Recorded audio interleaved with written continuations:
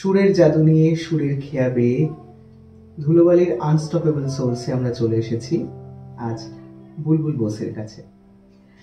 তার নামটা আমাদের উত্তরবঙ্গ তথা শিলিগুড়ি শহরের অনেকের কাছে চেনা, হয়তো পশ্চিমবঙ্গের অন্যান্য প্রান্তেরও অনেকের জানা। তিনি আমাদের উত্তরবঙ্গের যারা কণ্ঠশিল্পী রয়েছেন, যারা কণ্ঠ সাধনা করেন, তাদের মধ্যে অন্যতম। ভীষণ পরিশ্রমী এবং ভীষণ নিজেকে আড়ালে রাখা একজন মানুষ। উত্তরবঙ্গের এই এক বৈশিষ্ট্য, উত্তরবঙ্গের বেশিরভাগ শিল্পীরাই কোথাও যেন প্রচার বিমুখী। তারা খুব একটা প্রচারের আলোতে না গিয়ে সাধনার তপস্যার মধ্যে বিলীন হয়ে থাকতে ভালোবাসেন। আজ আমরা সঙ্গে তাকেই পেয়েছি, সঙ্গীত শিক্ষিকা, শিল্পী, শ্রদ্ধেয়া বুলবুল বোস মহাশয়াকে। আমরা তার মুখে শুনে নেব তার কথা। আপনি এখন কি করছেন কর্মসূত্রে এবং সমস্ত ক্ষেত্রে? প্রথমে তো আপনাকে নমস্কার জানাই। অনেক শুভকামনা, অনেক শুভেচ্ছা সবাইকে। এখন আমি তো গান বাজনা নিয়ে আছি।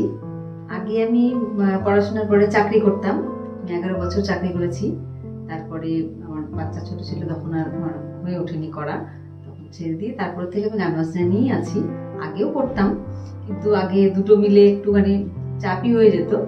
যাই হোক, এখন ছেড়ে পুরোটাই গানের মধ্যেই ইনভলভ আছি। এইসব সংসার, গান, প্রোগ্রাম এগুলো নিয়ে চলছে।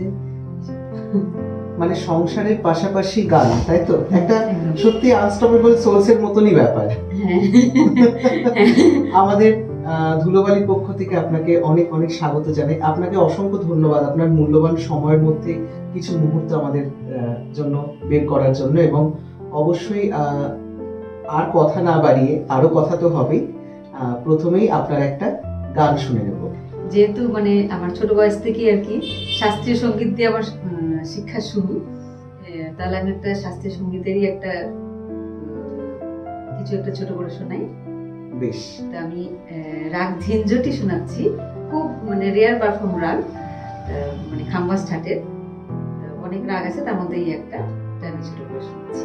রাগ ঝিঞ্ঝটি ইনস্ট্রুমেন্টে আমি সাধারণত একটা ইনস্ট্রুমেন্টে শুনে আমার এত বেশি খুব ভালো লেগেছিল, এই জন্য আমি শ্রদ্ধেয়া বিদুষী অঞ্জনা নাথ, উনি আমাকে এই রাগটা শিখিয়েছেন। তো এই রাগটা আমি ছোট করে নিয়েছি।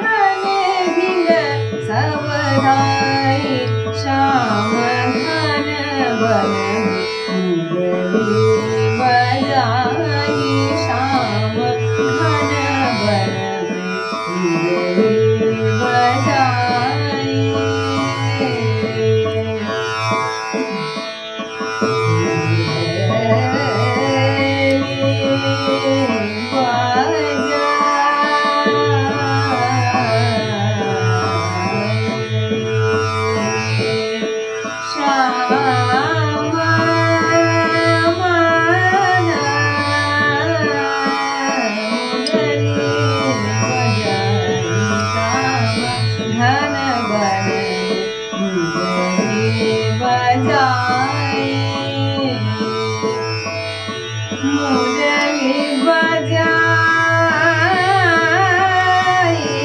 শ্যাম মুরলি বাজাই শ্যাম মন মুরলি শ্যাম মন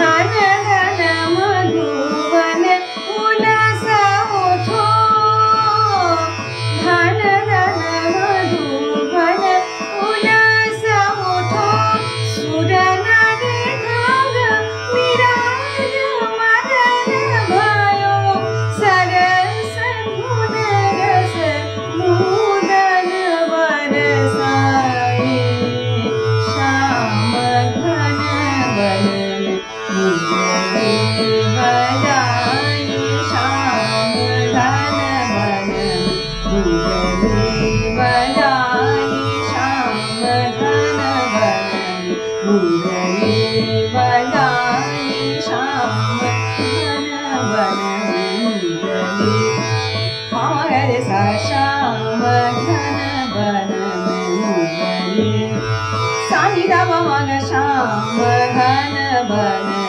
मुरली दा मग रे सा श्याम घन सारे सनी दा पद सारे गा सारे पाम दा मग रे सा नीरा पद सारे गा श्याम घन वन सारे मा दा सा सानी दा दा नी दा दा दा मग रे पाम रे सा रे नी दा पद सारे गा सारे गा सारे गा श्याम घन वन मुरली बजाई श्याम घन वन मुरली बजाई श्याम घन सारे पामरा पानी दा रे मारा पानी दा सानी दा मग रे सा श्याम घन वन मुरली बजाई श्याम घन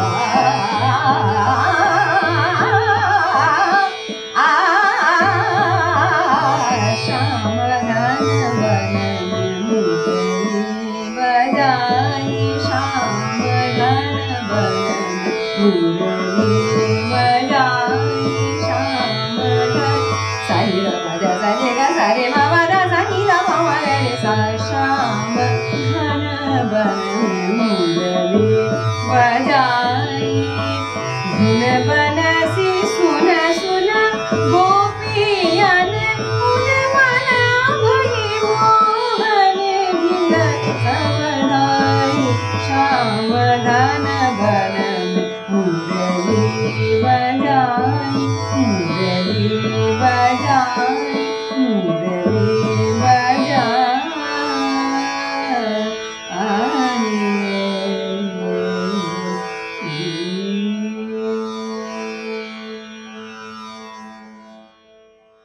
রাগ ঝিনঝুটি, তাই তো? বাহ, একটা অদ্ভুত নাম এবং অদ্ভুত সুন্দর রাগ আমরা শুনলাম, সত্যি মন ভরে গেল।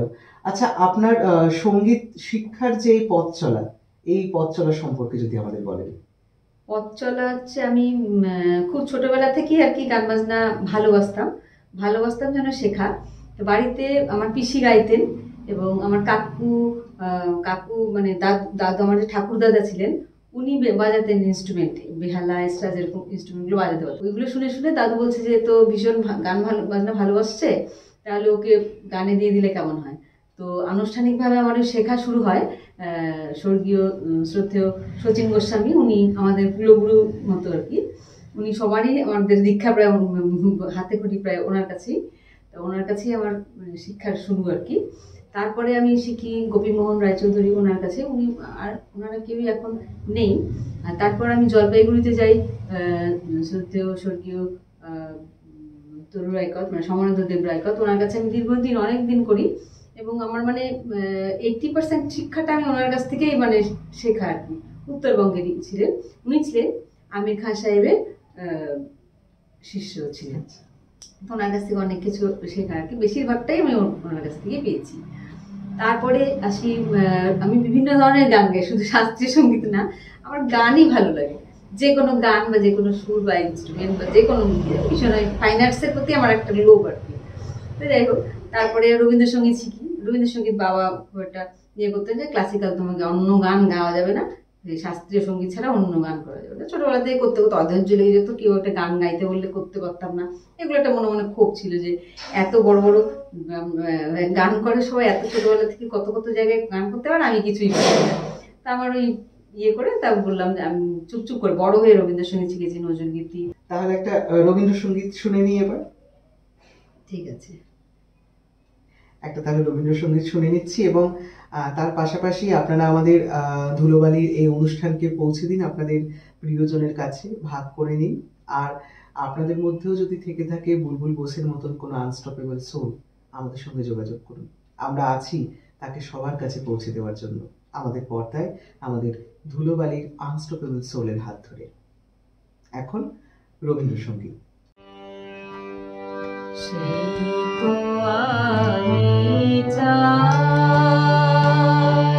চাই রে সে তো আমি চাই,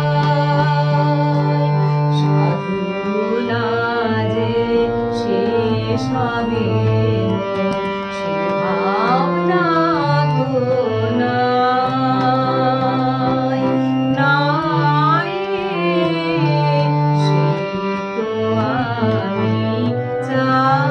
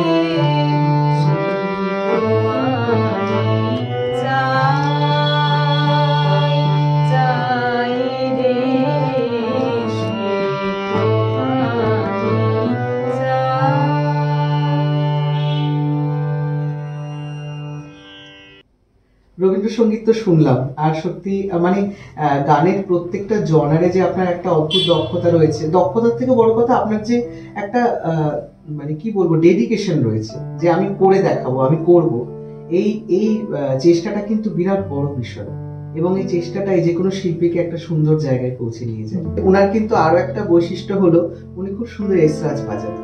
আর আমি জানি এসরাজ শব্দটা শোনা মাত্রই আমাদের দর্শক বন্ধু অনেকেরই বেশ মনটা একটু চাগার দিয়ে উঠলো। সুতরাং যখন সেই ইনস্ট্রুমেন্টের কথা উঠেছে, তখন সেই ইনস্ট্রুমেন্ট আমরা একটু শুনতেই পারি। আমরা যদি সেই সৌভাগ্যটাও পাই, সত্যি খুব ভালো লাগবে। এসরাজটা মানে সে শখেই শেখা আর কি। আসলে কি খুব রেয়ার ইনস্ট্রুমেন্ট, তো কেউ শেখেই না। যদি আমি এই জন্যই বাজাই, আরো এই জন্য বাজাই যে আমাকে দেখে যদি কেউ উৎসাহ পায় আর কি, তাহলে বাজাক। কারণ তা না হলে যদি কেউ না বাজায় তাহলে যন্ত্রটাই লুপ্ত হয়ে যাবে। কিন্তু এই যন্ত্রটা সাধারণত রবীন্দ্রনাথ ঠাকুর এটাকে বেশি ব্যবহার করে এটাকে মানে অনেক প্রচার হয়েছে। এখন তো প্রচুর প্রচার, অনেকেই বাজাচ্ছে, ভালো ভালো বাজাচ্ছে। তা আমিও চেষ্টা করছি। আমি অতটা ভালো আমি পারি না, আমার খুব ভালো লাগে যন্ত্রটা, এই জন্য আমি চেষ্টা করি আর কি। আচ্ছা,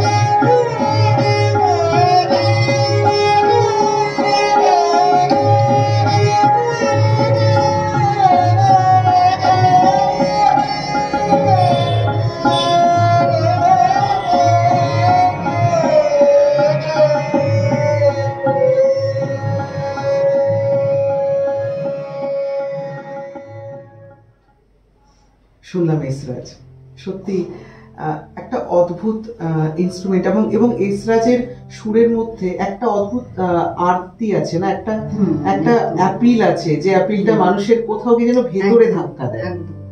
তো সত্যি খুব ভালো লাগলো। আচ্ছা, আপনার জীবনের এমন একটা স্মরণীয় ঘটনা, মানে সেটা শিক্ষণীয় হতে পারে, সেটা আনন্দের হতে পারে, সেটা দুঃখের হতে পারে, যেটা আপনাকে অনুপ্রেরণা দিয়েছে, আপনাকে আরো এগিয়ে চলার জন্য আরো বেশি জেদি করে তুলেছে বা আরো ইন্সপায়ার করে তুলেছে, এরকম যদি কোনো একটা ছোট্ট ঘটনা আমাদের বলেন। আমি যখন রাজ্য সঙ্গীত একাডেমির ইয়েতে এখান থেকে যখন ডিস্ট্রিক্টে ফার্স্ট হলাম, তখন বুদ্ধদেব দাশগুপ্ত, শ্রদ্ধা নেই এখন, সরদেব নিয়ে এসেছিলেন। উনি আমাকে বলেছেন, তুমি কিন্তু গানটা, আমাকে ডেকে নিয়ে গেছিলেন পান্থনিবাসে, উনি ছিলেন ওই পান্থনিবাসে, উনি আমাকে ডেকেছিলেন, আমি গেছিলাম, বলেছি তুমি কিন্তু গানটা ছেড়ো না কোনোদিন, গানটা তোমাকে গাইতেই হবে, খুব রেয়াজ করবে, তোমার মানে কিছু হওয়ার সম্ভাবনা আছে।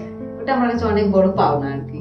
তারপরে এখন যার কাছে এখন আমি ঠুংরি শিখছি, বিদুষী প্রভাতী মুখোপাধ্যায়ের কাছে, উনি তো বিশ্ববিখ্যাত, ওনার জায়গা উনি একজনই মাত্র আমার মনে হয় যে উনি ডাইরেক্ট বাড়িগুলামি খান সাহেবের ছাত্রী ছিলেন।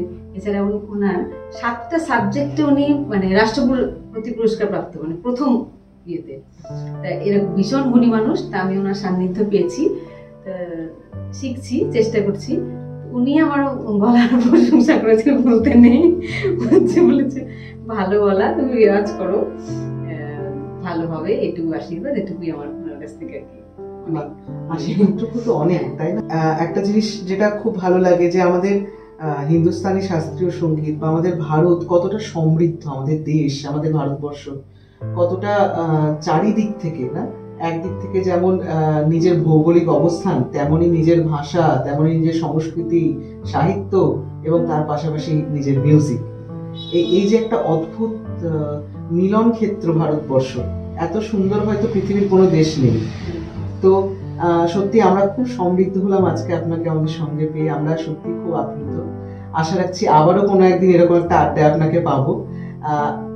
একদম শেষ মুহূর্তে, যে প্রজন্ম শাস্ত্রীয় সঙ্গীত চর্চা করছে, বা যে প্রজন্ম কোনো না কোনোভাবে, হয় না আধুনিকতা, এমন একটা আধুনিকতা ভুল শব্দ, একটা অন্য রকমের আধুনিকতা মানুষকে এমনভাবে টানছে যে আমরা আমাদের শিকড় থেকে আলাদা হয়ে যাচ্ছি, আমাদের কাছে আমাদের শাস্ত্রীয় সঙ্গীত যেটা বেস, সেটা আমাদের কোথাও গিয়ে যেন হারিয়ে যাচ্ছে। তো এই ক্ষেত্রে আগামী প্রজন্মকে আপনি কি বার্তা দিতে চান? শাস্ত্রীয় সঙ্গীত হচ্ছে আমাদের ধ্রুপদী সঙ্গীত, সঙ্গীতের মূল, কারণ ওটা মাদার। ওটা না জানলে, যদি আমি সা না জানি, সারেগামা বাধা নিসা বলতে পারবো না, বা সেরকম একটা পার্ট তৈরি করতে পারবো না। সুতরাং সাটাকে আমাকে জানতে হবে আগে। এই জন্য আমার মনে হয় প্যারেন্টসদের একটু সচেতন হতে হবে যে শাস্ত্রীয় সঙ্গীতটাকে, বেসটাকে একদম শিখতেই হবে। আর আমার মনে হয় এই প্রজন্ম ভালোবাসে, কারণ তাদেরকে জিনিসটা শোনাতে হবে। ওরা সবসময় যে গানগুলো শোনে সেগুলোকে সবসময় গুনগুন করতে দেয়। কিন্তু আমরা যদি আমাদের এই একটা প্রাচীন একটা, আমাদের তো গর্ব যে আমরা এই যে আমাদের এই সঙ্গীতটা, এটা একটা পিলার, একটা শাস্ত্রীয় সঙ্গীত আমাদের একটা পিলার। এই পিলারটাকে যদি আমরা মজবুত রাখি তাহলে কোনো দিক থেকে আমরা ভেঙে পড়বো না। এই জন্য ওই জায়গাটাকে শক্ত করতে হবে, তাহলে যে কোনো গান, যে কোনো ধরনের সুর আমরা তুলতে পারবো, যে ওয়েস্টার্নই হোক বা আধুনিকই হোক বা রবীন্দ্রসঙ্গীত, নজরুলগীতি, ভজন, যে কোনো জিনিস আমরা তুলতে পারবো। কিন্তু মূল আমার এটাই আমার লক্ষ্য থাকবে যে সবাইকে বলার বা এই মেসেজটা পৌঁছে দেওয়ার যে শাস্ত্রীয় সঙ্গীত একটা সবাই অবশ্যই প্র্যাকটিস করুক, যে এই গান না শিখলে, এই সঙ্গীত না শিখলে মানে অন্য গানগুলোর সুরগুলো শিখতে পারবে না। যদি শাস্ত্রীয় সঙ্গীত জানা থাকে, সব সুর, যে কোনো সুর, এই সারেগামা পাধা নিয়ে এই 7 স্বর এবং বিকৃত স্বর 5টা, এই 12টা স্বরের মধ্যে সব লুকানো আছে, সে ওয়েস্টার্নই হোক আর ইন্ডিয়ানই হোক। তো আমার এটাই মানে আমি আশা রাখবো যে ভবিষ্যতে যেন শাস্ত্রীয় সঙ্গীতটাকে খুব গুরুত্বপূর্ণ একটা জায়গা দেয়, তাহলে আমাদের ভারতীয় এই যে ভারতীয় ঐতিহ্যটা আমাদের বজায় থাকে। একদম। আপনার এই বাণী, আপনার এই কথা উচ্চারণের মধ্যে দিয়ে আপনাকে ধন্যবাদ জানাই আমাদের শ্রোতা বন্ধুদের। সত্যি একটা অসাধারণ মুহূর্ত কাটালাম আজকের আনস্টপেবল সোলসে। আপনারা চোখ রাখুন ধুলোবালির পর্দায়, অন্যান্য আমাদের যা কিছু এপিসোডস রয়েছে সেগুলো আপনারা দেখুন, আমাদের ইউটিউব, ফেসবুকে আপনারা চোখ রাখুন। আর আপনাকে অসংখ্য ধন্যবাদ জানাই ধুলোবালির পক্ষ থেকে। আমিও ধুলোবালির তরফ থেকে সকলকে আমি অনেক শুভেচ্ছা জানাই যে এত সুন্দর একটা প্রোগ্রাম ওনারা করছেন, এবং আরো এগিয়ে যাক, আরো নতুন নতুন শিল্পীদের খুঁজে বের করুন, তারা উৎসাহ পাক, প্র্যাকটিস করার, সঙ্গীত চেষ্টা করার, বেছে নেওয়া। অসংখ্য ধন্যবাদ। আপনি ভালো থাকুন, সুস্থ থাকুন, চর্চার মধ্যে থাকুন, শিখুন, শেখান, এবং এভাবেই আরো আমাদের আপামর দর্শক যারা আপনাকে দেখছে তাদের মতন প্রত্যেককে আরো সমৃদ্ধ করুন। আপনার দীর্ঘায়ু, আপনার সঙ্গীত জীবনের দীর্ঘায়ু কামনা করি। আপনাকে অসংখ্য ধন্যবাদ। ভালো থাকবেন।